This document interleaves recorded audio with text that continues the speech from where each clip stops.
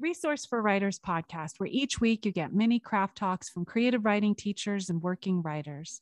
Head over to resourceforwriters.com, where you can join writing groups, classes, book clubs, and many other events. We hope you like this episode.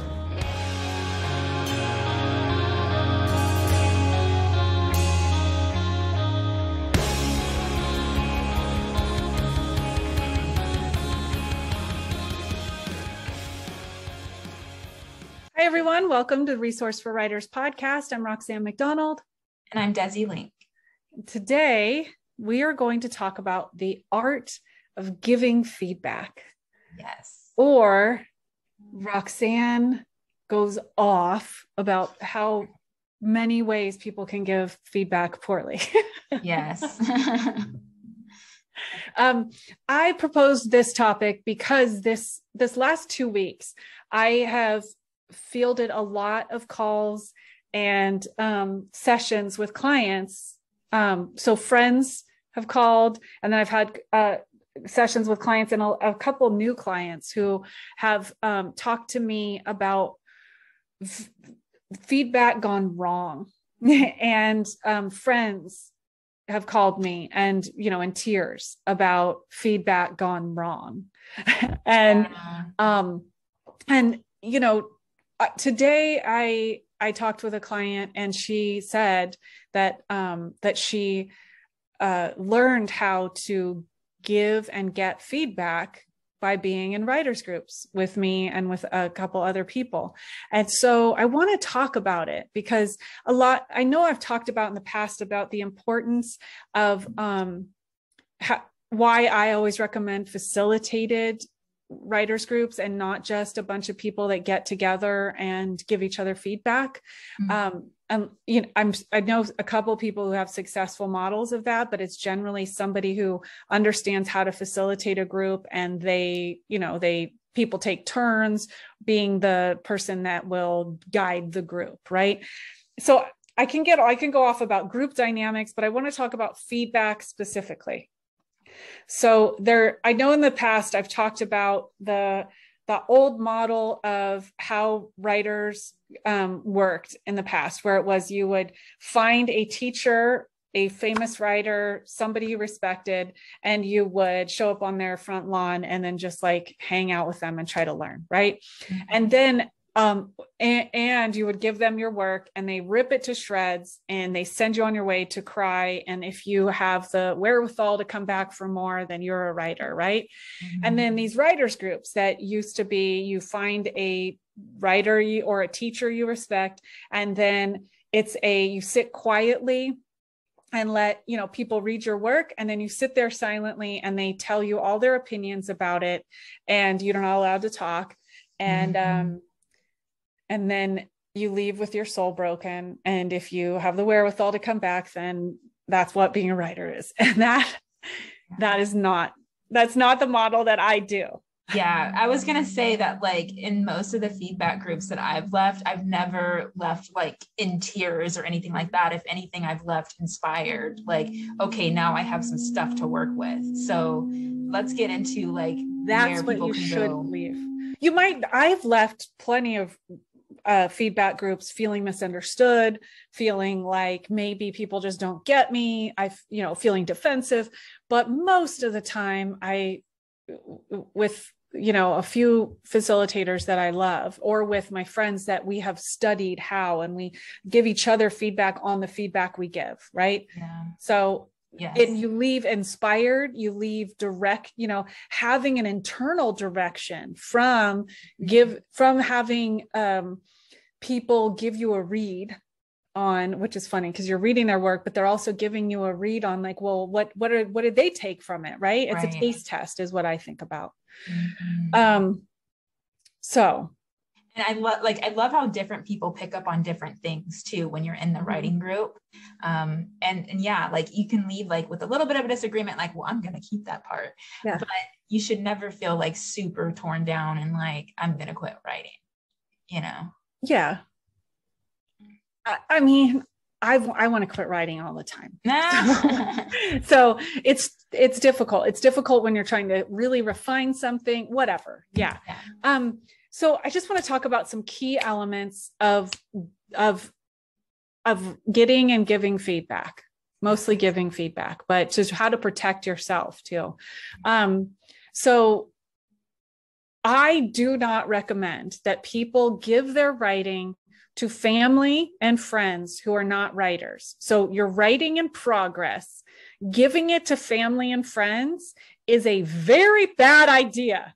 Like, yes. It almost never goes well. And here's the thing.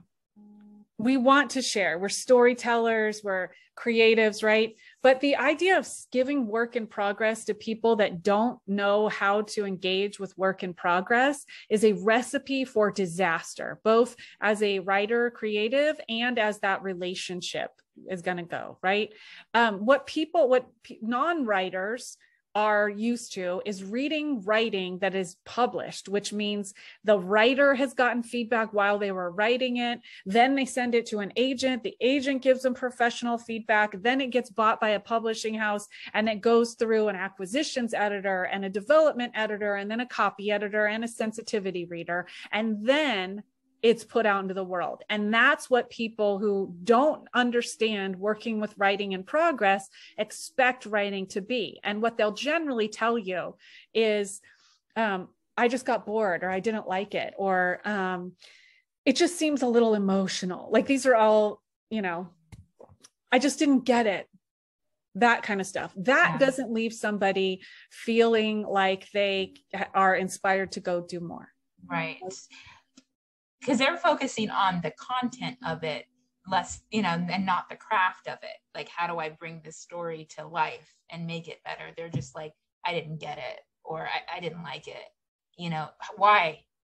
Tell me why and where I can get through, Yeah. And one of the things we talked about before on this podcast is one of the big struggles with writing is people think, how would I synthesize this, is that one of the reasons why it's hard to continue writing is because we have this relationship with just storytelling. We use words in our day-to-day life, and storytelling is easy and natural. And we gauge writing by whether it was a good story or not.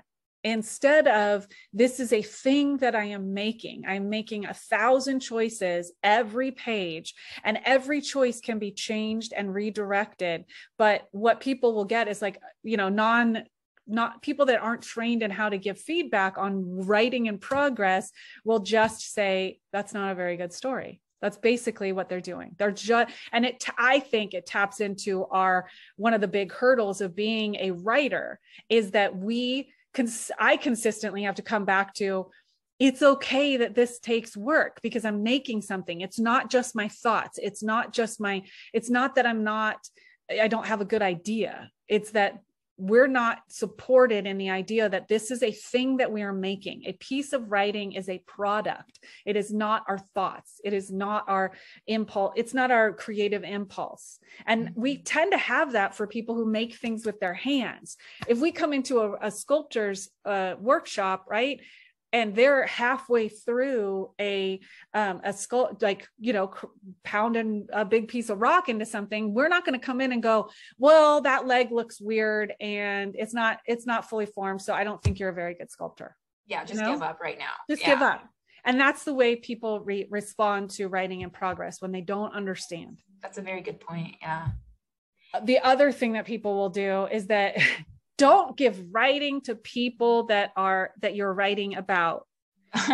Like, just don't. Like, wait until you are like finished. You're doing a legal thing, like, you're getting whatever. But everyone's story is different. They are always going to find some reason to be offended.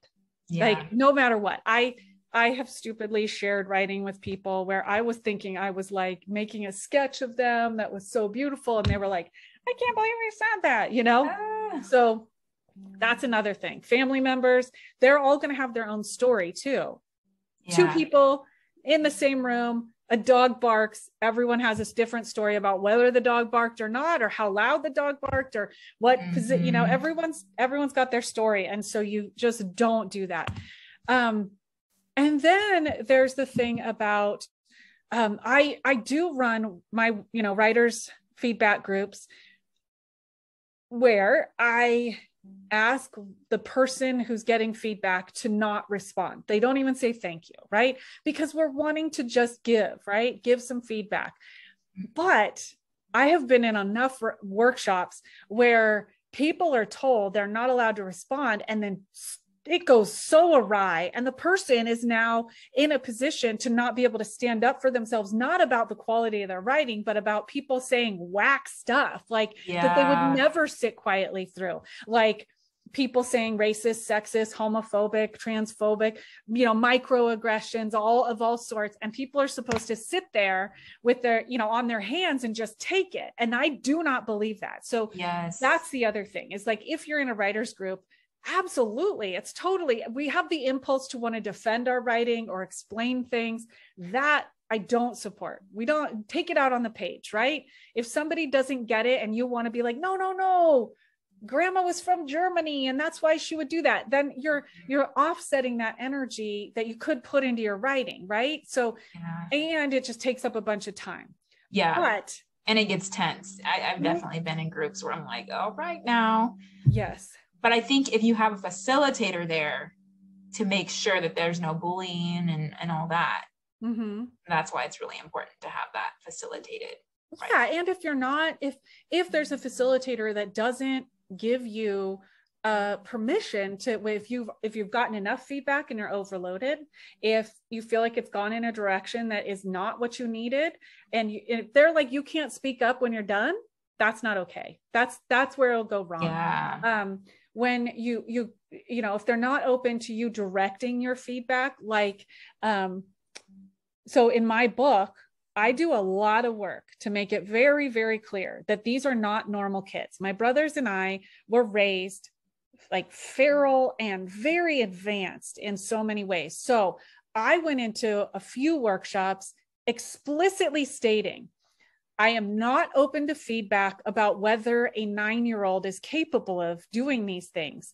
That is not on the table. I do not want to talk about it, because I'd already gotten the feedback. I'd taken it in, and that I knew that when people read these pieces of my book, they're initially are going to consistently go, well, it seems a little advanced for a 9-year-old to be doing blah, blah, blah. And I go, okay, but if you'd read blah, blah, blah, it would be set up, right? And the other part is, if you have read my book and you get to this point and you're still like, I can't believe a 9-year-old would know how to do this, you're not my reader. I don't give a shit. Like, I just don't care. I don't want to. So I went in with a header at the top going, these are the things I'm exploring. This is what I would mostly like you to focus on. And I really support people to direct their feedback, to go, I'm really looking at dialogue, or I want to get your impression of what the mother, what's your impression of the mother in this scene? What do you think that her angle is like? Because, a lot of times we're setting things up. So we want to make sure that we're getting, we're being effective, but you are absolutely allowed to say, these are the places I don't want feedback on this. And if your facilitator or your group doesn't allow you to say time out, right? I'm not, that kind of went far, or if you're in a group and somebody, there's a piece of writing and you're not allowed to name that this is like an incredibly offensive stereotype, that's not going to be effective of an effective writing workshop or community.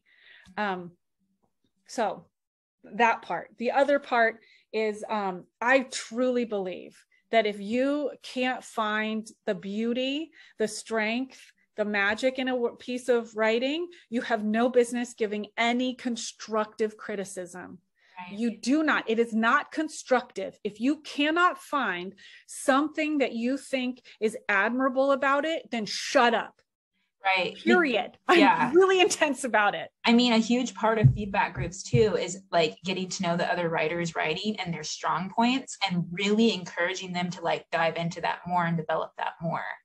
So if you can't find that and you're just trashing them the whole time, it's like, are you really helping? Like, it's kind of like lopsided, Well, and you're not going to be able, because the idea is to make it so people sound more and more like themselves. They refine their voice to where it becomes more authentic, and to start to understand their strengths. And I think we've said this in another episode, but I just want to reiterate it. One of the things that I've noticed about writers is that, you know, I'll have people come, like new students come to me, and inevitably they'll say, I want all of the feedback. I just want you to rip me a new one. I want to get better. And I go, okay, that's not really what we're going to do, but we will give you, I mean, I give a lot of feedback. Like I give a lot of options, right? But before I would do that, to really go for it, what I see in beginning writers is that they don't know how to see their own strengths. And until you have refined your ability to see the strengths in a piece of writing in progress, you're not going to get better.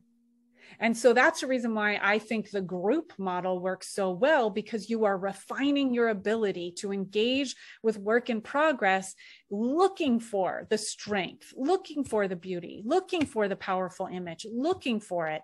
And then you start to develop your ability to see it in your own work and then move towards it. More advanced writers can tell you what comes easily to them, what they're talented with. You know, I am really good at effective metaphors.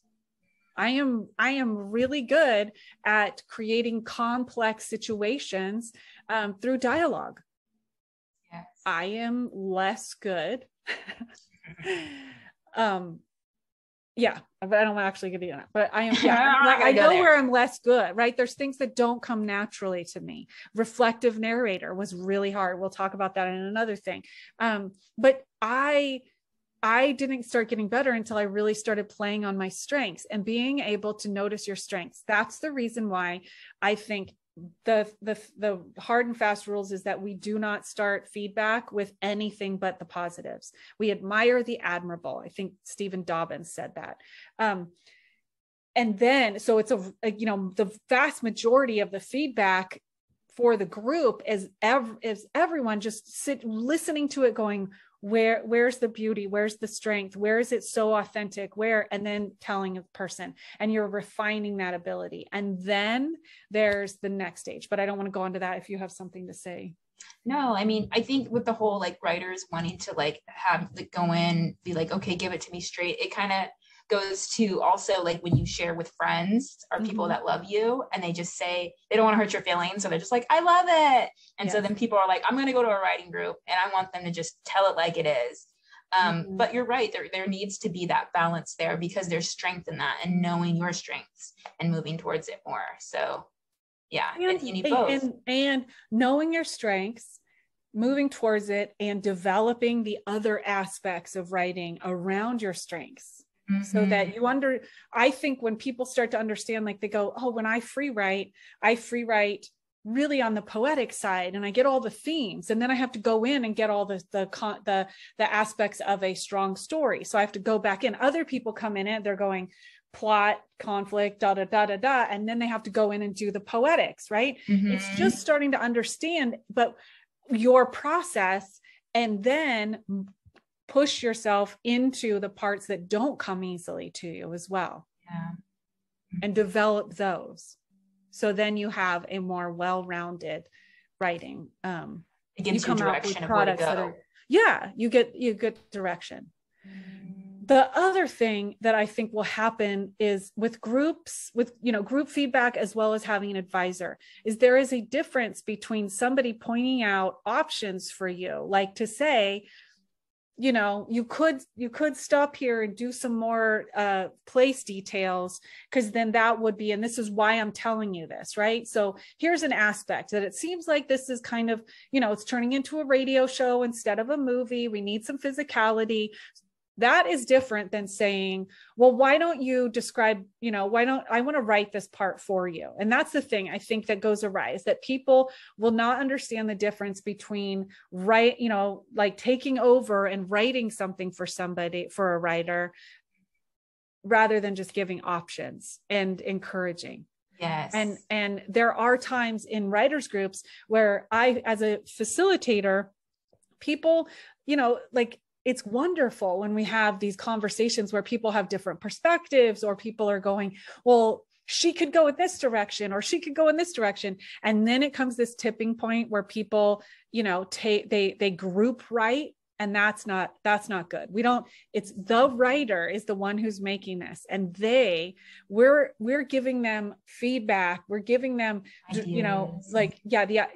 How that lands. We're talking about whole, different directions they could go in, but we never just, rewrite it for them. We never pinpoint it. We don't constrict it. We're exploring the different options out there. And I know in feedback groups too, like it takes a lot of tact to be in a feedback group. Yes. And for me, I never tell people this is what you should do. I'm always like I pose it as a question. Yes. Well, what if you did this? Or what if you did that? Or imagine if you did this, just saying, but I'm never like, you should just do this, because then I feel like people, they close themselves off. You just don't get it, and you're right. It's like, the power is in the writer's hands ultimately.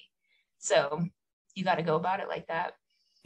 Yeah. You just do. Yeah. And, the other thing I want to backtrack a little bit is that consent matters. Mm-hmm. And there are so many writers I know who somebody asks to see their writing, and then they'll say, okay, well, I'm not looking for feedback. So if you just want to take it in, tell me you loved it. And then they will give I just have an opinion about it. And then you're like, ugh. And it happens so much. So understanding that that consent matters in it. Mm-hmm. The writer has to want the feedback. Otherwise, you're just attacking them. Yeah. And it doesn't matter whether you're in a writer's group or not. I have a thing in my guidelines that says you are encouraged to sometimes come in and just say, I would just like acknowledgement. I would just like encouragement. And then nobody is allowed to give you, any constructive feedback. It's only encouragement. And that, I think, is a powerful and brave act, to come in and just say, I just want to be encouraged, and I just want to be reminded of what I do well. Beautiful. And if somebody violates that, it's not just that you're sensitive, right? You have a right to say that violated a boundary. I did not give you permission to give me feedback on this. Yeah. And that is so important. And I think a lot of writers will feel like, oh, I just can't take criticism. And I don't use the word criticism, because I always try to reframe it with feedback, because feedback is us. I think of it as a taste test. Like, we're all bringing in chocolate chip cookies, right? And that we're not going to rebake these cookies. We're going to take the cookie, we're going to eat it, and then we're going to go, I found it to be kind of chewy. And somebody else is like, no way, that was totally crisp. Oh, did you taste the nuts in this?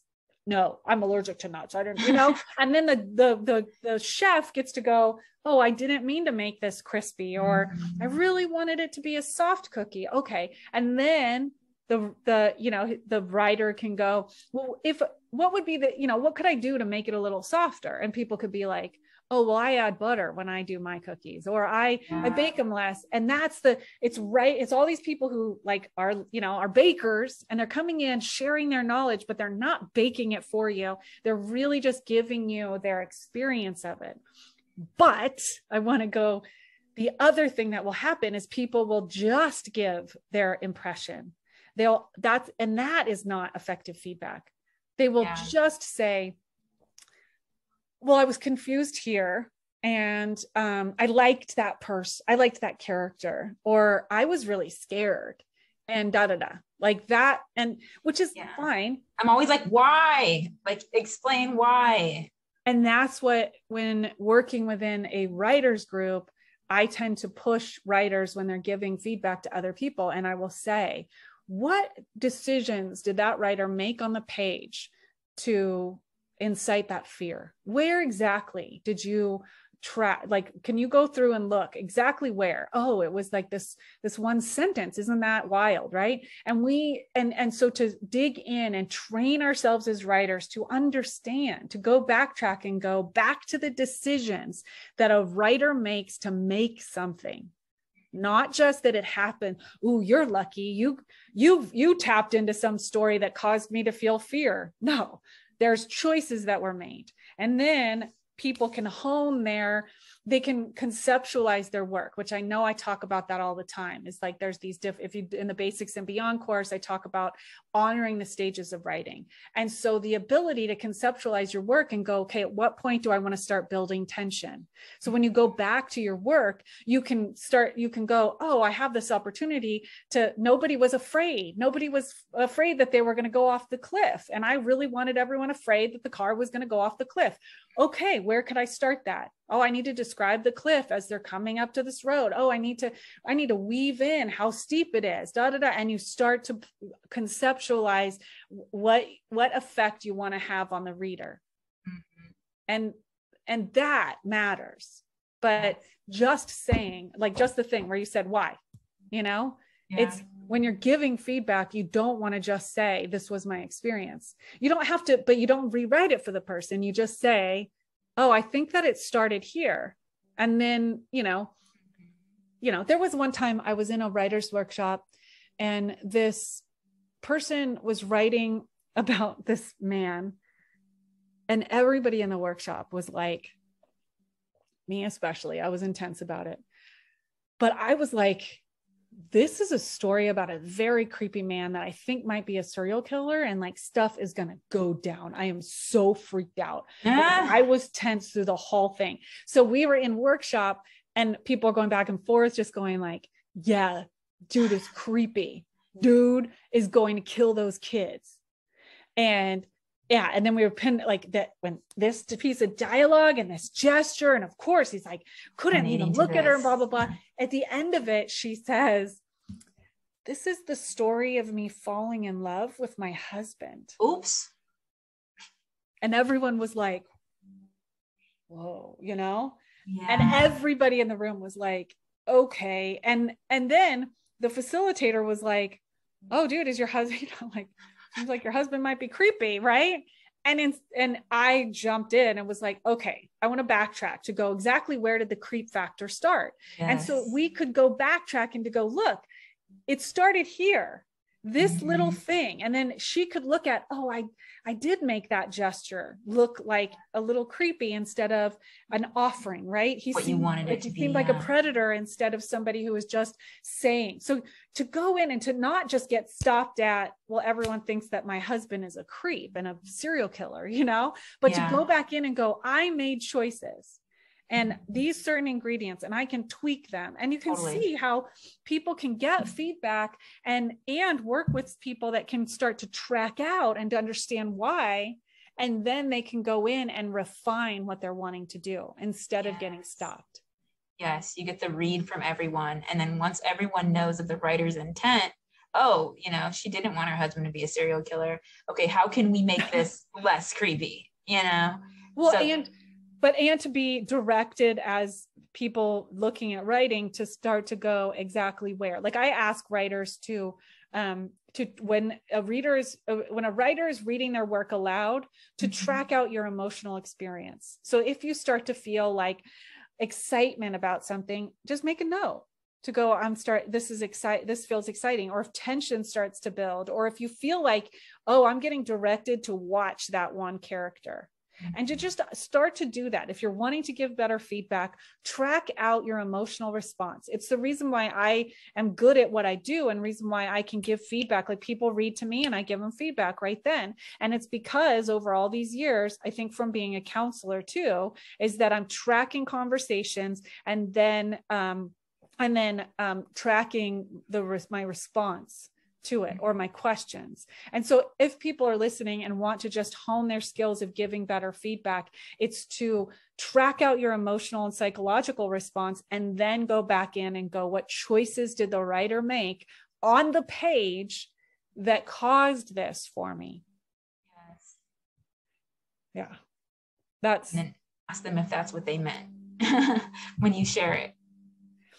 Maybe. I mean, I'm not sure. Like, I don't necessarily ask people if that's what, I mean, sometimes when we were like, I mean, after that, like serial killer incident, I will stop sometimes if there's a big read and I can look at the writer and go like, they're like, whoa, they're kind of shocked. And then I'll stop and go, how is this feedback landing? And do you want to talk about what your intent was? So if you want us to give you feedback for that, right? Mm-hmm. But I don't necessarily ask people to tell me the intent in a group, especially because then that, like, a lot of times people will want to explain stuff before we read it. And then it's like, the thing to remember is that, which I always tell writers, is that you're not going to be there to explain stuff when somebody opens this and starts reading. The only thing you have are these symbols on a page.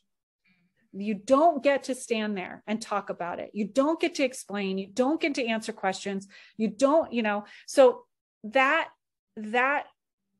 concept of trying to get it all, it needs to live on the page completely. Yeah. So channel that into your choices. Yes. Not explaining it all away. Mm-hmm. Mm-hmm. Yeah.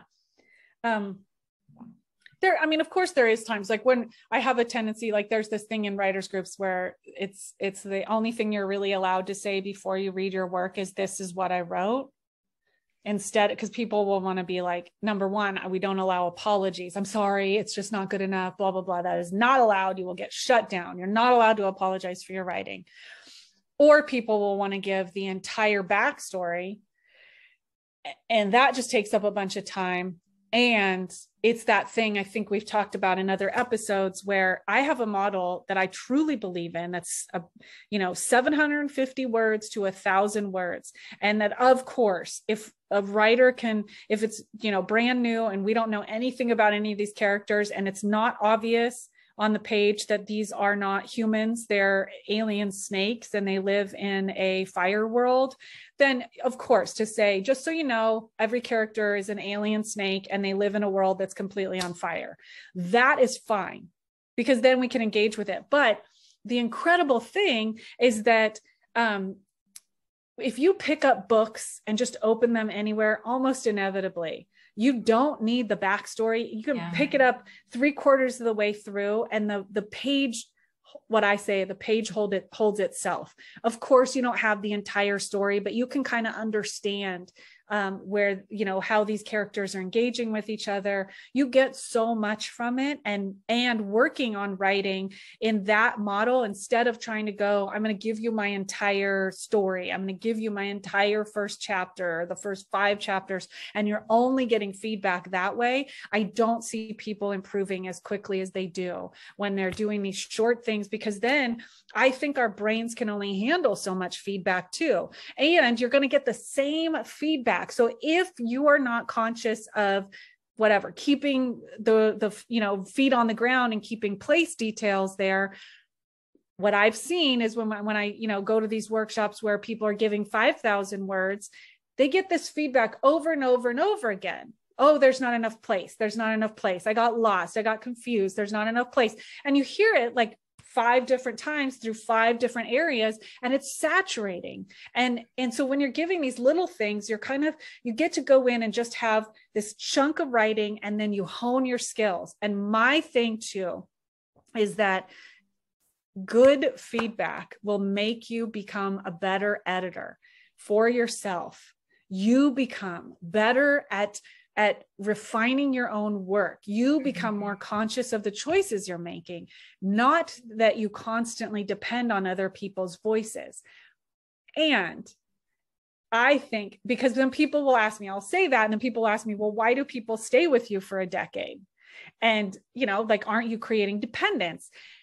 And what I see is that you should be pushing your edges as a writer. So it's not you coming back for 5 years, needing other people to say you need more place details. It's that then you're going to click into the next iteration and you're going to try bigger things, and you're going to take more risks, and you're going to start to, have more options about your authentic voice. And it should be moving. And that community helps with that. It does not make you dependent on them for their opinions. And that's the thing I've seen a pitfall too, is that we go into writers groups trying to please people instead of trying to refine the voice, become more authentic, become more brave and bold in our voice. Yes. That's, yeah. No, I love that part about you become a better editor because you just become aware of choice. And, you know, right before you share, you're like, is everything that I have on this page, is it all working for me? Is it going to have the effect that I want? And so you just like learn little things over time and you just start honing that. Whether it's giving feedback or receiving feedback, you know, I feel like it benefits you either way. It absolutely does. Well, and you can, you practice in this one little corner of your writing. And then when you go back to your other writing, you see it just like, I see all this stuff and you have all these more options is really what I try to create. I get people asking me to read their manuscripts all the time. And I would probably, if I have a hard time figuring out how long it's going to take me because I dig in and I like this sentence by sentence model, but I don't want to take people's money like that.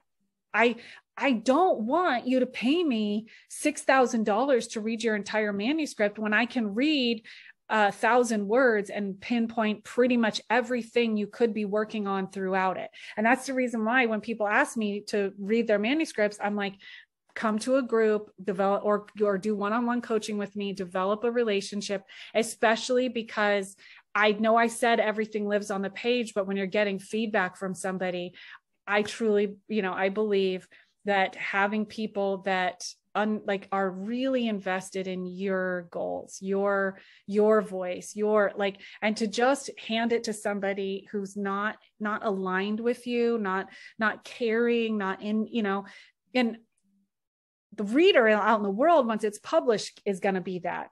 They're going to go, I'm ruthless at the bookstore. I look at the cover, I look at the title, I'm like, screw you. I'll feel like, oh, this might be good. And I open it up and I read the first two lines and I'm like, you suck, right? That's what you're headed towards. But to jump from developing your craft to that, just handing it to somebody and them being like, nah, not into it. That's not the way that we refine. It's the reason why athletes have coaches, right? They've developed a relationship with their coach. Their coach understands pushing them, pulling back, giving an affirmation, going, take a rest, think about something else, do these things. Like a lot of what I think will happen too in a good feedback session, not every feedback session, but when you have ongoing relationships, is that people can conceptualize with you. Like a lot of what I do, especially in my one-on-ones, is that people will send me their work and then we start talking about the elements of story. We start talking about themes. And that I will just throw out, well, like as if I were in a book club where I would go, oh, it just seems like, that blue keeps coming through. And is there something to do with the connection about blue and the thematic thing over here, and being able to reflect back to a writer, to sometimes they don't even see the magic of their subconscious. Right. Mm-hmm. And that working with somebody, or they go, well, wouldn't you think that there would be, whatever. I work with people a lot about understanding their through line, which we'll talk about another time, or we did. But to go back and forth with somebody, but that somebody should genuinely want you to succeed, genuinely want you to have your writing be at your taste level. And that's the thing too, is that a lot of times, I see that people will just want every writer that they come in contact with to write stuff that they like.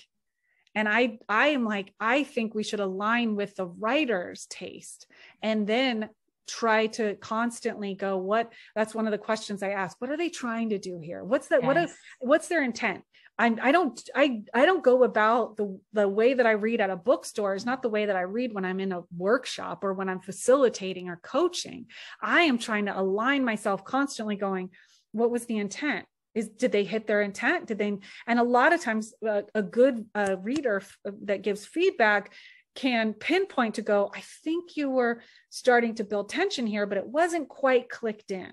Mm-hmm. And then you, from that, also knowing somebody and knowing their work and knowing who they are and knowing what they like that's the reason why I ask people all the time, like, what are your favorite books? What are the books that you've read that give you permission to write this? What inspired you? Because then you get to align with their taste level. And that's the joy. When our writing gets close to our taste level, when we're like, that's when we get like the joy. And that's what we should be. I know we talked about talent and authenticity and all that in the past. And that's what I think giving good feedback should be. For sure. Yeah. And you were talking about how, like, when you go to a place and people are like, nope, I don't want this. Like, it's not good. No, those people don't see the potential. And like, that's what a writing group is. What's working here? How can we develop that? And what is their potential? And where can they go from here? Mm-hmm. Let's develop that. Yeah. And to just go, it should be messy. You need to make mistakes, and to celebrate it when somebody takes a big risk.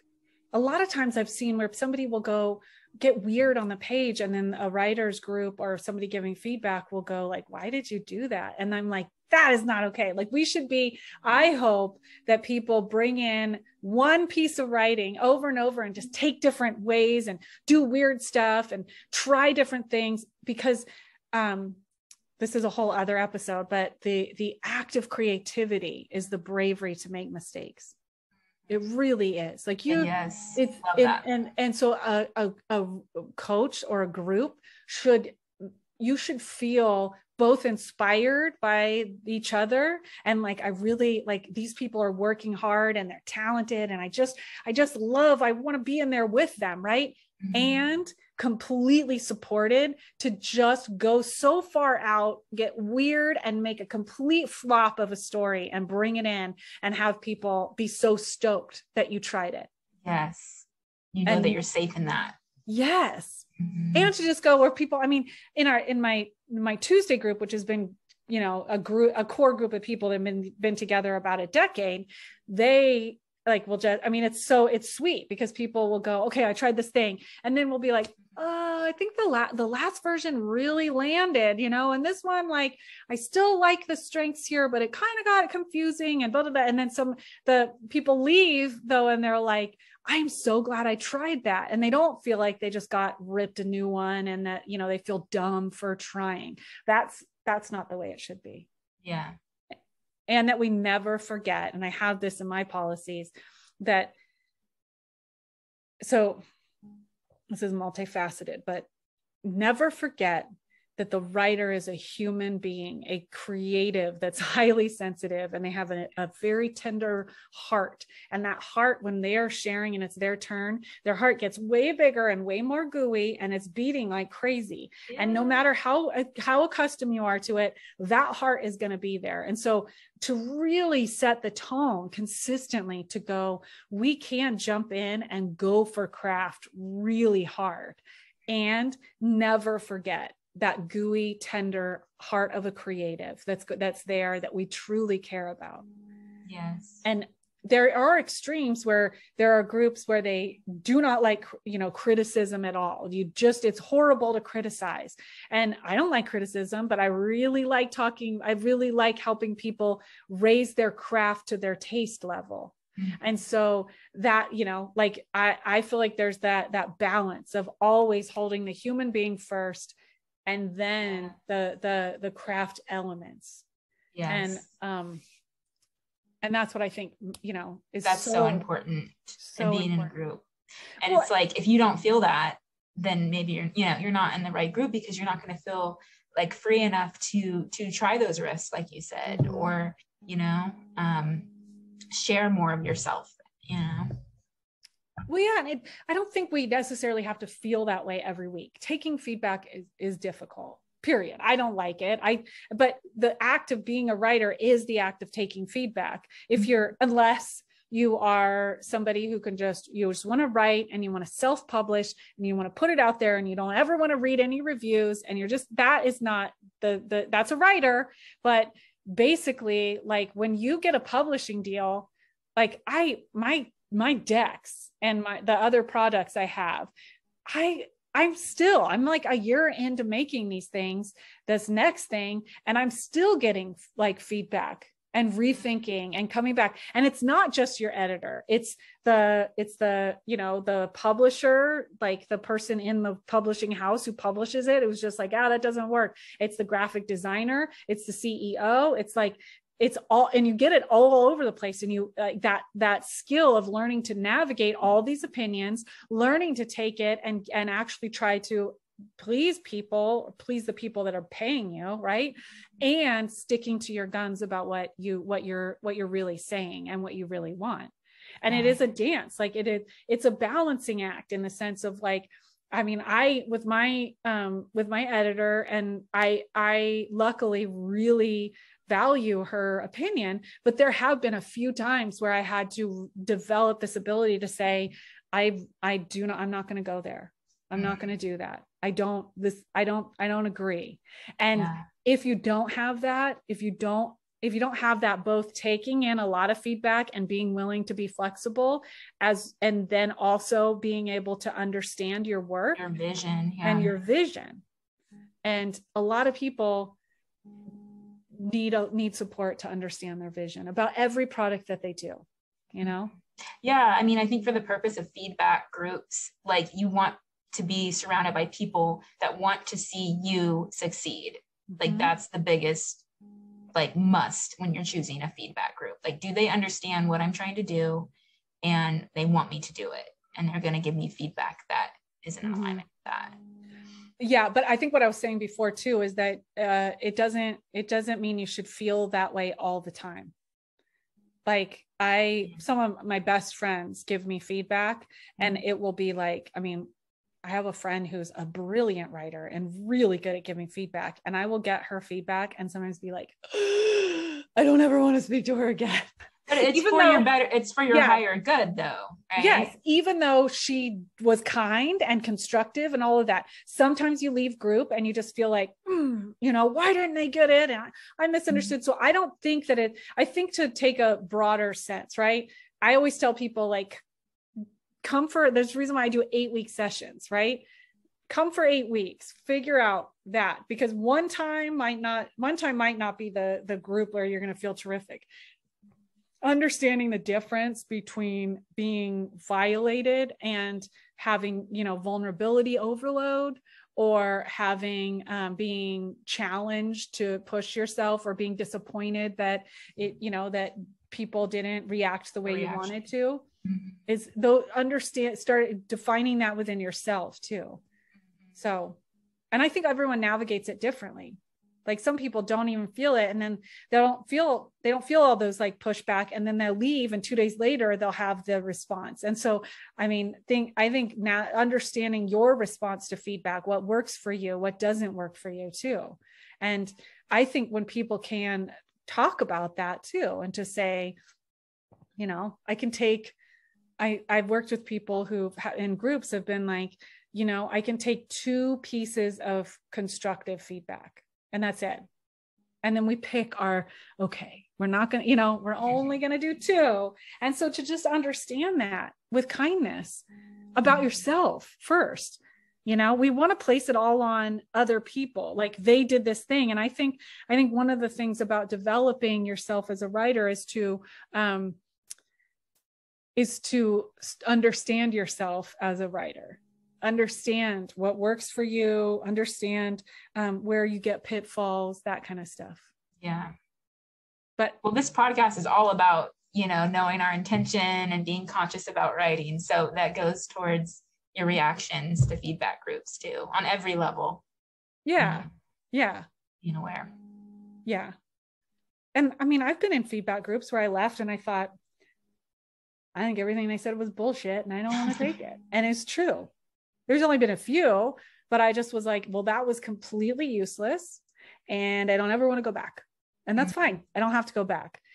But I have had a lot of times where I went, that didn't feel great, but overall, something out of it. I think I got something out of it. And I give myself some time to figure that out. So yeah, for sure. Yes. So that's my take on feedback. consent first. Yes. If you're listening to this and you're a writer or somebody who loves a writer, remember, ask for permission. Did they ask for feedback, or are you just getting a glimpse into their work in progress? Yeah. Consent. And usually they have that at the beginning of like groups and classes. Like, what do you want us to focus on in your piece? Yes. Yeah. Yeah. And all of the other things. Understanding, but it definitely should feel constructive. Yes. Even if it hurts. Yeah. It should feel constructive in the long run. Like you have something to work with now. Yes, absolutely. What do you got going on? Well, if you want, you can we have the Basics and Beyond recorded classes, and they're on the website. So there's 5, I think, that people can buy. Yeah. It's a series of 5. You can buy one at a time or buy them in a package. So if you are wanting that, there's that. And then also we're always doing signups for the new for the feedback groups. So you can go, it says a wait list. A lot of times newer people will get on faster because these people on the wait list can't rearrange their lives to when we are ready. So always put your name on the wait list if you'd like to get in them. And then stay tuned because we've got more stuff coming out soon. Yes, for sure. All right. Right. Keep writing, friends. Bye. Bye.